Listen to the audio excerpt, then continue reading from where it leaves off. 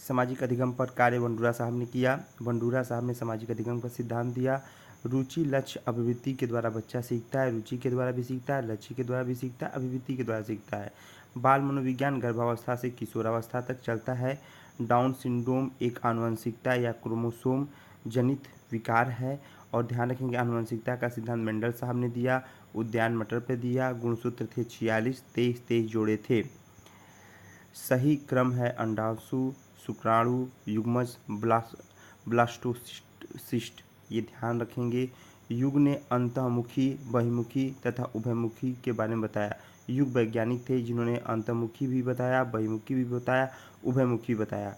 पियाजे ने संज्ञानात्मक विकास का सिद्धांत दिया और इन्होंने ही बच्चा के संगठन, जहाँ पे वो चीज़ों सामान को संगठन करता है, अनुकूलन सीखता है और आत्मसतन भी करता है और समझन के द्वारा भी गुजरता है। तो ध्यान रखेंगे संगठन के बारे में भी बताया, अनुकूलन के बारे में भी बताया, आत्मसतन के बारे में बताया और समझन के बारे में भी बताया।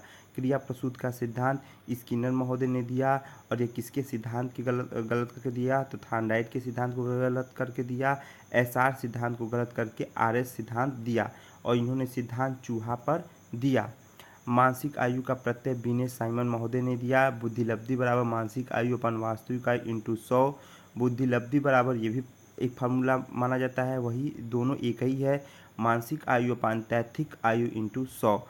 पावलाव जी ने सीआर का सिद्धांत दिया, कुत्ते पर दिया, अपना सिद्धांत दिया। लार का आना स्वाभाविक है, घंटी की आवाज़ अस्वाभाविक है। कुछ समय तक बार बार अस्वाभाविक क्रिया किया जाए तो वह स्वाभाविक की तरह विद्यमान होने लगती है। गुड वैज्ञानिक गुड ने थे, तो उन्होंने बताया अभिप्रेरणा किसी कार्य को प्रारंभ करने, जारी रखने अथवा नियंत्रित करने का नियमित करने की एक प्रक्रिया है। मतलब अभिप्रेरणा क्या है, प्रारंभ हो गया, नियंत्रित भी है और नियमित चल रहा है। विस्मृति कम करने का उपाय, पाठ की पुनरावृत्ति किया जाए। पाठ की पुनरावृत्ति हमेशा करते रहेंगे तो आपका जो भूलने की क्षमता रहेगी वो धीरे धीरे खत्म हो जाएगी, वो बार बार याद रहेगा। 130 से अधिक प्रतिभाशाली व्यक्ति है। 121 से 130 के बीच में प्रखर है। 111 से 120 के बीच में तीव्र है। 91 से 120 के बीच सामान्य है।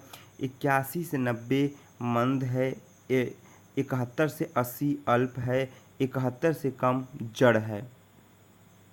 मनोलैंगिक विकास का सिद्धांत फ्रायड ने दिया और इन्होंने बताया मुखीय अवस्था, गुदी अवस्था, लैंगिक अवस्था, अर्धस्यावस्था, जननद्र्यावस्था। इसमें ये पूछता है कि मनोलैंगिक विकास में फ्रायड ने कितनी अवस्था बताई, तो बस 5 अवस्था बताई। टेट ये पूछता है कितनी अवस्था बताई, 5 अवस्था ने बताई। विलियम वुड ने जर्मनी में सन 1879 में के लिप्जिंग नगर विश्वविद्यालय में इन्होंने मनोविज्ञान का प्रथम प्रयोगशाला बनवाया।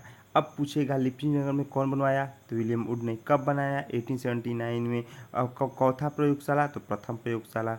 गेस्टाल्ट मनोविज्ञानिक की आधारशिला 4 जर्मन मनोवैज्ञानिक थे। गेस्टाल्टवादी कौन कौन थे, तो वर्धीमर थे, कोपका थे, कोहलर थे, लेविन थे। वर्धीमर थे, कोपका थे, कोहलर थे, लेविन थे।